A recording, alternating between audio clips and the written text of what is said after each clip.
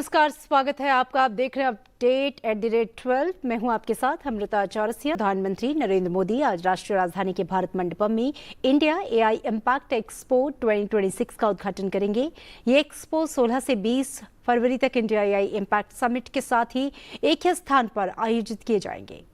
70,000 वर्ग मीटर से अधिक के क्षेत्र में फैले 10 एरिना में आयोजित इस कार्यक्रम में दुनिया की अग्रणी प्रौद्योगिकी कंपनियां, स्टार्टअप्स, शिक्षण एवं शोध संस्थान, केंद्रीय मंत्रालय, राज्य सरकारें और अंतर्राष्ट्रीय साझेदार हिस्सा लेंगे। एक्सपो में ऑस्ट्रेलिया, जापान, रूस, United kingdom, France, Germany, Italy, Netherlands, Switzerland, Serbia, Estonia, Tajikistan और अफ्रीका सहित 13 देशों के पवेलियन स्थापित किए जाएंगे जो एआई क्षेत्र में वैश्विक सहयोग को प्रदर्शित करेंगे। इस एक्सपो में 300 से अधिक विशेष प्रदर्शनी, पवेलियन और लाइव डेमोन्स्ट्रेशन आयोजित किए जाएंगे। ये आयोजन की 3 प्रमुख थीम पीपल, प्लैनेट और प्रोग्रेस पर आधारित होगा। इसके अलावा 600 से अधिक संभावनाशील स्टार्टअप इसमें हिस्सा लेंगे, जिनमें से कई वैश्विक स्तर और बड़ी आबादी के लिए अभिनव समाधान विकसित कर रहे हैं। इंडिया एआई इम्पैक्ट एक्सपो 2026 में 2.5 लाख से अधिक लोगों के शामिल होने की संभावना है, जिसमें अंतर्राष्ट्रीय प्रतिनिधि शामिल होंगे। इस आयोजन का उद्देश्य वैश्विक एआई इकोसिस्टम में नई साझेदारियों को प्रोत्साहित करना और व्यापार के नए अवसर सृजित करना है। कार्यक्रम के दौरान 500 से अधिक सत्र आयोजित किए जाएंगे, जिनमें 3,250 से अधिक विशेषज्ञ, वक्ता और पैनल सदस्य हिस्सा लेंगे। इन सत्रों में विभिन्न क्षेत्रों में एआई के प्रभाव पर चर्चा की जाएगी और इस बात पर विचार विमर्श होगा कि भविष्य में एआई के लाभ को विश्व के प्रत्येक नागरिक तक कैसे पहुंचाया जाए।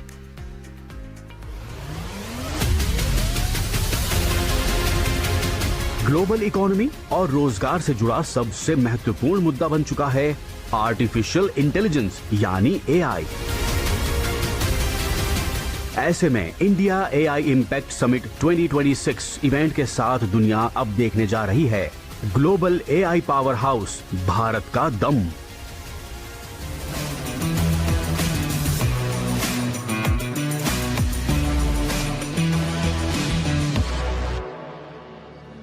आप सब जानते हैं कि ये एआई का दौर है। दुनिया का वर्तमान और भविष्य एआई से जुड़ा हुआ है, लेकिन भारत के पास डबल एआई पावर की एडवांटेज है। अब आपके मन में सवाल होगा कि दुनिया पास एक ही एआई है, ये मोदी के पास डबल एआई कहां से आ गई? दुनिया की नजरों में एक ही एआई है, वो है आर्टिफिशियल इंटेलिजेंस। लेकिन हमारे पास वो तो है ही, दूसरी एआई है एस्पिरेशनल इंडिया। एस्पिरेशनल इंडिया के लिए विकसित भारत को साकार करने का सबसे महत्वपूर्ण अवसर है आर्टिफिशियल इंटेलिजेंस यानी एआई। और एआई के क्षेत्र में भारत दुनिया के टॉप नेशंस में से एक है और भारत की इसी एआई कैपेबिलिटीज का उद्घोष है इंडिया एआई इम्पैक्ट समिट 2026, जो है अब तक के 4 सबसे बड़े ग्लोबल एआई समिट्स में सबसे बड़ा AI event. India AI impact summit 2026 किसी भी विकासशील देश में आयोजित पहला ग्लोबल एआई समिट है। इस समिट के महत्व का अंदाजा इसी से लगाया जा सकता है कि इसमें प्रधानमंत्री नरेंद्र मोदी, फ्रांस के राष्ट्रपति इमैनुअल मैक्रों, ब्राजील के राष्ट्रपति लूला दा सिल्वा जैसे कई वर्ल्ड लीडर्स के साथ 15 से 20 गवर्नमेंट हेड्स, 50 से ज्यादा इंटरनेशनल मिनिस्टर समेत 100 से ज्यादा देश शामिल हो रहे हैं। इनके अलावा इनमें गूगल के सुंदर पिचाई, ओपन एआई के सैम ऑल्टमैन, एनवीडिया के जेनसन युआंग और मेटा के अलेक्जेंडर वांग जैसे बड़े नाम भी समिट में शामिल हो रहे हैं। इंडिया एआई इम्पैक्ट समिट 2026 देश के लिए ऐतिहासिक अवसर है, जो आर्टिफिशियल इंटेलिजेंस के क्षेत्र में बदलाव और विकास को नई रफ्तार देगा। इस समिट से नई नौकरियों और कौशल विकास की संभावनाएं पैदा होंगी। एकेडमी, स्टार्टअप्स और सरकारों के साथ मजबूत सहयोग स्थापित होगा। राज्यों और केंद्र सरकार के बीच बेहतर समन्वय को बढ़ावा मिलेगा। एआई टेक्नोलॉजीज की समझ और उन्हें अडॉप्ट करने में इजाफा होगा। सरकारी सेवाओं में बदलाव के लिए एआई एप्लीकेशंस पर जोर दिया जाएगा। रिस्पॉन्सिबल एआई डेवलपमेंट के लिए पॉलिसी इंफ्रास्ट्रक्चर का निर्माण होगा। ये समिट न केवल एआई की दिशा में नए कदम उठाएगा, बल्कि ये भारत को ग्लोबल एआई सिनेरियो में नई पहचान भी दिलाएगा।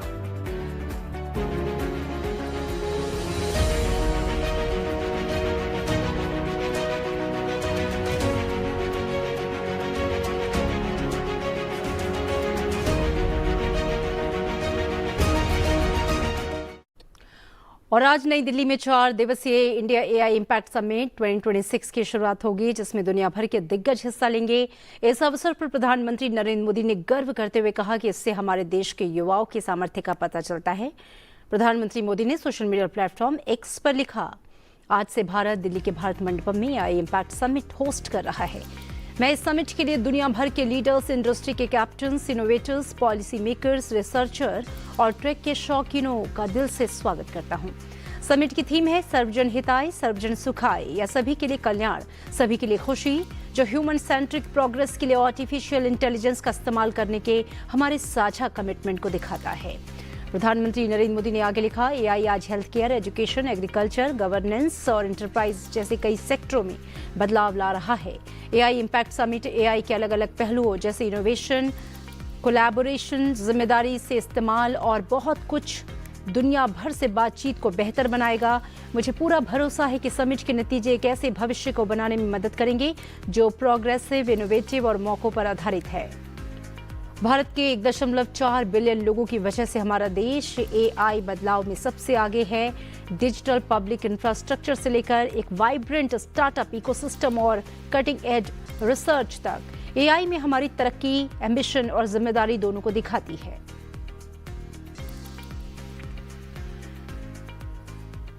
प्रधानमंत्री नरेंद्र मोदी ने रविवार को यूपीए सरकार की आर्थिक मिसमैनेजमेंट की कड़ी आलोचना करते हुए कहा कि इस कारण भारत कभी भी भरोसे के साथ वैश्विक व्यापार वार्ताओं में हिस्सा नहीं ले सका और कोई भी ट्रेड डील पूरी नहीं हो सकी। प्रधानमंत्री ने कहा कि दुनिया का भरोसा अब भारत पर बढ़ रहा है, निवेशक अब भारत पर ज्यादा यकीन कर रहे हैं और ये विश्वास राजनीतिक स्थिरता और भरोसेमंद नीतियों से बढ़ा है।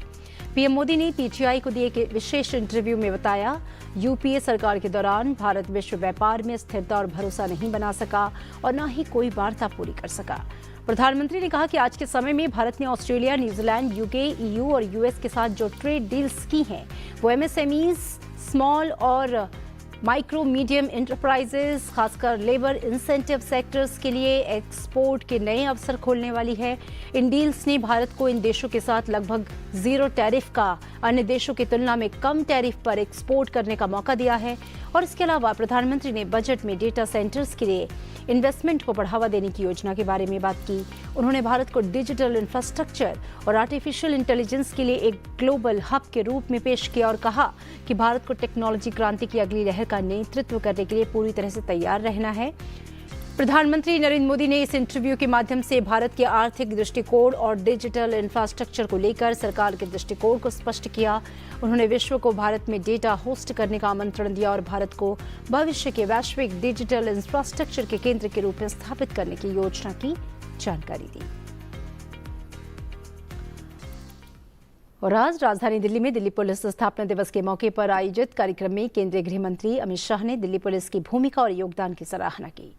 अपने संबोधन में अमित शाह ने कहा कि दिल्ली पुलिस सिर्फ कानून व्यवस्था संभालने वाली संस्था नहीं, बल्कि देश की राजधानी की सुरक्षा का मजबूत स्तंभ है। उन्होंने पुलिसकर्मियों की पेशेवर क्षमता, आधुनिक तकनीक के उपयोग और चुनौतीपूर्ण परिस्थितियों में उनके समर्पण की प्रशंसा की। गृह मंत्री ने बताया कि बदलते सुरक्षा परिदृश्य के बीच दिल्ली पुलिस ने साइबर क्राइम, आतंकवाद और संगठित अपराध के खिलाफ प्रभावी कार्रवाई कर नई पहचान बनाई है। साथ ही उन्होंने स्मार्ट पुलिसिंग, टेक्नोलॉजी आधारित निगरानी और नागरिक मित्र पुलिसिंग पर जोर दिया। इस अवसर पर उत्कृष्ट सेवा देने वाले पुलिसकर्मियों को सम्मानित भी किया गया। अमित शाह ने कहा कि दिल्ली पुलिस का लक्ष्य सिर्फ अपराध नियंत्रण नहीं, बल्कि जनता के बीच विश्वास और सुरक्षा की भावना को मजबूत करना है। दिल्ली पुलिस की 10 नई परियोजनाओं का भी आज यहां पर शिलान्यास हुआ है। पुलिस फैमिलीज वेलफेयर सोसाइटी के स्टॉल का भी कुछ ही समय के अंदर आज लोकार्पण होगा। और आज सबसे महत्वपूर्ण बात, सेफ सिटी प्रोजेक्ट, इसके पहले चरण का लोकार्पण करने का काम भी हुआ है। लगभग 857 करोड़ की लागत से आधुनिक इंटीग्रेटेड कमांड कंट्रोल, कम्युनिकेशन और कंप्यूटर सेंटर C4I दिल्ली की जनता को समर्पित किया जा रहा है। इसके साथ साथ 11 जिला स्तरीय C3I केंद्र और 75 स्थाना स्तरीय C2I इकाइयां भी इसके साथ एकीकृत होगी। 10,000 कैमरों से दिल्ली को जोड़ने के कार्यक्रम के प्रथम चरण में 2100 कैमरे भी लाइव जुड़ चुके हैं। दिल्ली में पहले से मौजूद 15,000 से ज्यादा कैमरे को भी इसके साथ जोड़ने का काम पूरा हो चुका है और मुझे विश्वास है कि सेफ सिटी प्रोजेक्ट आने वाले दिनों में दिल्ली की सुरक्षा को बहुत आगे तक ले जाएगा। मित्रों, आज जब मैं यहां आया हूं तब मैं दिल्ली के माध्यम से देश की जनता को ये बताना चाहता हूं कि विगत 11 साल में प्रधानमंत्री नरेंद्र मोदी जी के नेतृत्व में देश ने कई सारे मकाम हासिल किए हैं और इसमें आने वाले दिनों में जब देश में न्याय की बात होगी तब 3 नए आपराधिक कानून, हमारी नई न्याय संहिताएं, जिसका केंद्र न्याय नहीं दंड है, उसका जिक्र इतिहास जरूर करेगा। लोकसभा अध्यक्ष ओम बिरला इस महीने की 17 तारीख को ढाका में आयोजित शपथ ग्रहण समारोह में भारत का प्रतिनिधित्व करेंगे। ये समारोह बांग्लादेश नेशनल पार्टी के अध्यक्ष तारिक रहमान के नेतृत्व में नवनिर्वाचित बांग्लादेश सरकार के गठन के उपलक्ष्य में आयोजित किया जा रहा है। विदेश मंत्रालय द्वारा जारी बयान में कहा गया कि इस महत्वपूर्ण अवसर पर लोकसभा अध्यक्ष की उपस्थिति भारत और बांग्लादेश के बीच गहरी और अटूट मित्रता को रेखांकित करती है। मंत्रालय ने बताया कि ये भागीदारी दोनों देशों को जोड़ने वाले साझा लोकतांत्रिक मूल्यों के प्रति भारत की दृढ़ प्रतिबद्धता को दिखाती है। भारत ने तारिक रहमान के नेतृत्व में गठित निर्वाचित सरकार का स्वागत करते हुए कहा है कि उन्हें जनता का व्यापक जनादेश प्राप्त हुआ है। साझा इतिहास, संस्कृति और पारस्परिक सम्मान से जुड़े पड़ोसी देशों के रूप में भारत ने बांग्लादेश के साथ अपने संबंधों को और मजबूत करने की प्रतिबद्धता दोहराई है।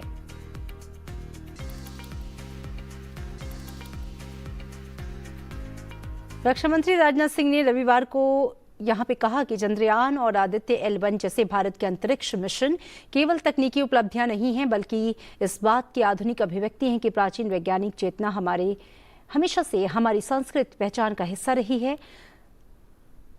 उन्होंने कहा कि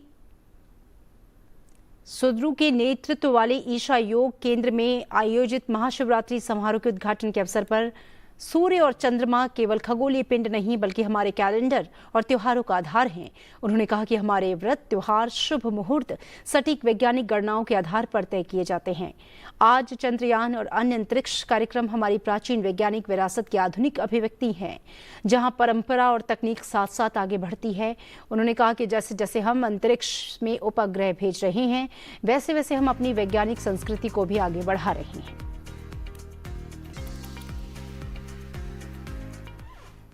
वित्त मंत्री when humanity is going through stress, anxiety and inner restlessness, the relevance of Lord Shiva becomes even deeper.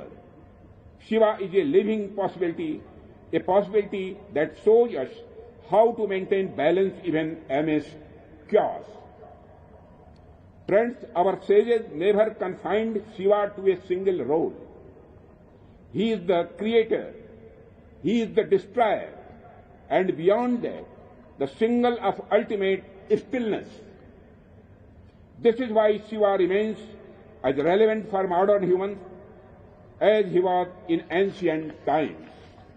Friends, if we observe life closely, we will realize that life doesn't operate at extremes. It always flows as a balance between creation and destruction. Shiva is the embodiment of this very balance. On one hand, he remains absorbed in deep meditation. On the other, he performs the Tandav. In other words, he symbolizes complete inner peace and at the same time action and transformation. Today, human beings either remain constantly entangled in the compulsions of action or they sink into inertia. Shiva teaches us when to act, when to move forward. A fear-based society can never be truly secure in the long term. Only a fearless society can build a strong nation. And this fearlessness does not come from physical strength. It comes from the spiritual core. Just as Lord Shiva embodies both protection and destruction, our armed forces today carry within themselves both fearlessness and patience. Friends, on one hand, they provide humanitarian assistance with the spirit of Shiva during times of crisis. On the other hand, when necessary, they execute operations like Operation Sindoor with the intensity of Rudra. The spirit within our soldiers comes from our culture, from the inspiration of Lord Shiva. वित्त मंत्री निर्मला सीतारमण ने Germany के Munich में यूरोपीय केंद्रीय bank के अध्यक्ष Christine Lagarde और अन्य प्रमुख अंतर्राष्ट्रीय नेताओं से मुलाकात की। उन्होंने भारत यूरोपीय संघ मुक्त व्यापार समझौते, वित्तीय सहयोग, निवेश और तकनीकी साझेदारी पर चर्चा की और इसे ऐतिहासिक कदम बताया। वित्त मंत्री निर्मला सीतारमण ने जर्मनी के म्यूनिख में कई प्रमुख अंतर्राष्ट्रीय नेताओं से मुलाकात की। इनमें यूरोपीय केंद्रीय बैंक की अध्यक्ष क्रिस्टीन लेगार्ड से भेंट कर पिछले माह अंतिम रूप दिए गए भारत यूरोपीय संघ मुक्त व्यापार समझौते पर चर्चा की गई। दोनों नेताओं ने समझौते को ऐतिहासिक कदम बताया। वित्त मंत्री निर्मला सीतारमण ने अपनी यात्रा के दौरान प्रमुख अंतर्राष्ट्रीय नेताओं से राष्ट्रीय निवेश और अवसंरचना कोष व अंतर्राष्ट्रीय वित्तीय सेवा केंद्र प्राधिकरण के माध्यम से निवेश के अवसरों की जानकारी दी। इस दौरान उन्होंने जर्मनी के उप चांसलर और वित्त मंत्री लार्स क्लिंगबेल से मुलाकात में रक्षा, व्यापार और तकनीक में बढ़ते सहयोग पर चर्चा की। वित्त मंत्री निर्मला सीतारमण ने भारत की डिजिटल भुगतान प्रणाली की सफलता का जिक्र करते हुए अनुभव साझा करने की इच्छा जताई। निर्मला सीतारमण ने म्यूनिख में degrees of instability panel discussion में हिस्सा लिया। भारत ने क्लाइमेट एक्शन के लिए अपनी प्रतिबद्धता बढ़ाई है और अब जीडीपी का लगभग 5.6% खर्च कर रहा है, जबकि 6 साल पहले ये आंकड़ा 3.7% था। India will continue to invest in renewable energy. In fact, we've been building up on that. Carbon capture strategies have been funded in this budget so that we can have it across the country, because it's such a country and businesses are there in the mainland area and also in the remote parts. So carbon capture is getting incentivized, and our commitment to move towards the nationally determined commitments for the renewable sector is actually 2/3 achieved much before, in fact 4 years ahead of the given date. So we are given the date, but well ahead of it we are trying to fulfill, and we shall do that even in the future. रविवार को कोलंबो के are Premadasa stadium में खेले गए T20 world cup 2026 के महामुकाबले में team India ने जबरदस्त प्रदर्शन करते हुए अपने सबसे बड़े प्रतिद्वंदी पाकिस्तान को करारी शिकस्त दी। जी हां, T20 वर्ल्ड कप के 27वें मुकाबले में भारत ने 61 रन से जीत हासिल की, जो टूर्नामेंट में उसकी लगातार तीसरी जीत है। टॉस गंवाकर बल्लेबाजी करने उतरी भारतीय टीम ने 7 विकेट खोकर 175 रन बनाए। टीम इंडिया को महज 1 के स्कोर पर अभिषेक शर्मा के रूप में बड़ा झटका लगा, लेकिन इसके बाद ईशान किशन ने मोर्चा संभाला। ईशान ने तिलक वर्मा के साथ 46 गेंदों में 87 रन की साझेदारी की, टीम को 88 के स्कोर तक पहुंचाया। ईशान 40 गेंदों में 3 छक्कों और 10 चौकों के साथ 77 रन बनाकर आउट हुए। कप्तान सूर्य कुमार यादव ने तिलक वर्मा के साथ तीसरे क्रिकेट के लिए 38 रन, जबकि शिवम दुबे के साथ 5वें विकेट के लिए 33 रन जुटाए। सूर्या 29 गेंदों में 32 रन बनाकर आउट हुआ, जबकि शिवम दुबे ने 27 रन का योगदान दिया। रिंकू सिंह ने 4 गेंदों में 11 रन की नाबाद पारी खेली। 176 रन के लक्ष्य का पीछा करने उतरी पाकिस्तानी की टीम 18 ओवरों में 114 रन पर सिमट गई। भारत के लिए जसप्रीत बुमराह, अक्षर पटेल, हार्दिक पांड्या और वरुण चक्रवर्ती ने 2-2 विकेट लिए। वहीं एक विकेट कुलदीप यादव और तिलक वर्मा के खाते में गया। पाकिस्तान के लिए सबसे ज्यादा 44 रन की पारी विकेटकीपर बल्लेबाज उस्मान खान ने खेली। इस शानदार जीत के साथ भारत ने टूर्नामेंट में अपनी स्थिति को मजबूत किया है। बल्लेबाजी, गेंदबाजी और फील्डिंग तीनों विभागों में संतुलित प्रदर्शन करते हुए टीम इंडिया ने एक बार फिर बड़े मुकाबले में अपना दबदबा साबित किया। और भारत की home grown train Vande Bharat express 7 साल पूरे कर चुकी है। बेमिसाल स्पीड, आरामदेह सफर और वर्ल्ड क्लास सर्विस के साथ भारत की प्रगति को एक नई उड़ान दे रही है।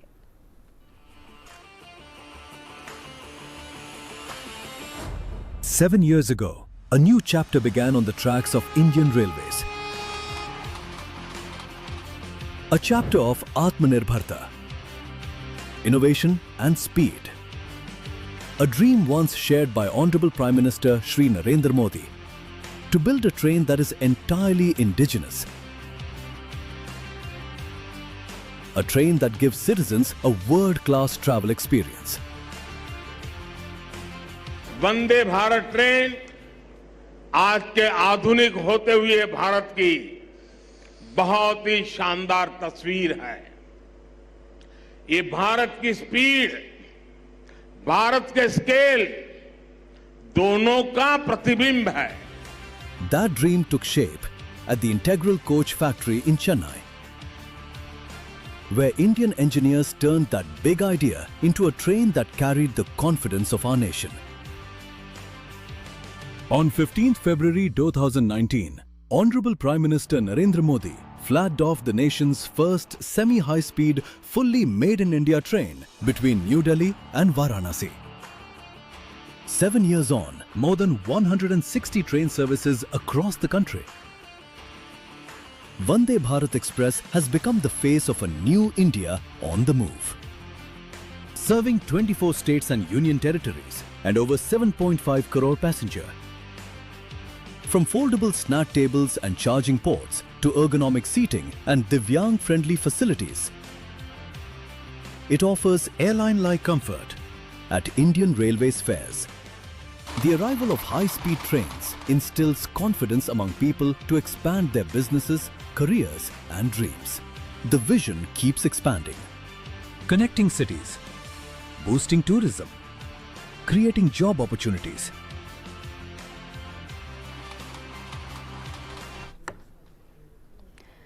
दिल्ली के दिल में स्थित राष्ट्रपति भवन का अमृत उद्यान 31 मार्च 2026 तक विजिटर्स के लिए खुला रहेगा। ये उद्यान अपनी हरियाली और खूबसूरत वातावरण के लिए मशहूर है। तो अगर आप नेचर और ताजगी का आनंद लेना चाहते हैं तो अमृत उद्यान की इस खूबसूरत सैर का मौका बिल्कुल ना चूकें। चलते चलते आपको छोड़ जाते हैं इसकी कुछ खास तस्वीरों के साथ। दीजिए इजाजत और देखते रहिए सनसेट टीवी। नमस्कार।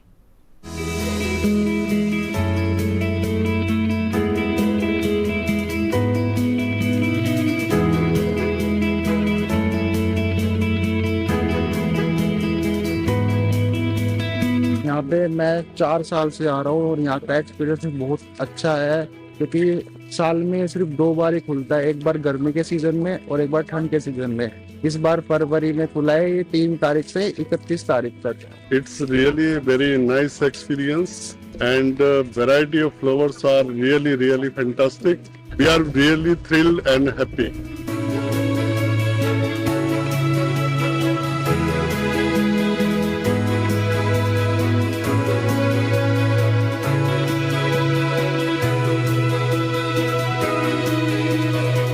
फर्स्ट टाइम आई हूँ यहाँ पर और बहुत अच्छा लग रहा है मुझे। यहाँ देखने को मिल रहा है, यहाँ बहुत अच्छा एक्सपीरियंस रहा है। पानी की व्यवस्था, शौचालय, सिक्योरिटी वगैरह बहुत अच्छा अरेंजमेंट है। किसी किस्म की कोई यहाँ तकलीफ नहीं है। मैं सब चाहूंगा कि आप लोग भी यहाँ आइए।